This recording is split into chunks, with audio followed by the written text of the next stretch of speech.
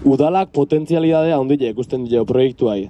Izan ere, lau eragileren elkarlanetik sortua bada ere, uste deu Usurbilgo herriaren eta herritarren hainbat beharrei erantzuteko balioko duela.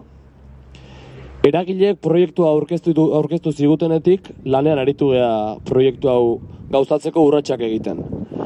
Batetik, udaleko teknikariekin naiz eragileekin aztertu dugu Usurbilgo elkargunea non eraiki litekeen, eta badaukagu adostasuna.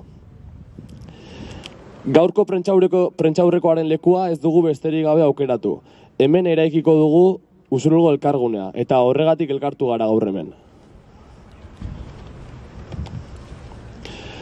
Udalak, eraikin berriak egin baino lehen, erabiltzen ez diren eraikinak berritzea du irizpide nagusitzat, baina kasu honetan, Usurbilen ez dago eragileek irudikatutako espazio berri horren ezaugarriak betetzen dituen areto eta eraikinik, eta beraz, eraikin berri bat egin behar da. Horrez gain, eraikinak kokatzeko hainbat proposamen zituzten eragileek, eta guztien artean Udarregi ikastolaren atzeko zelaia hautatu dugu, egokina delakoan.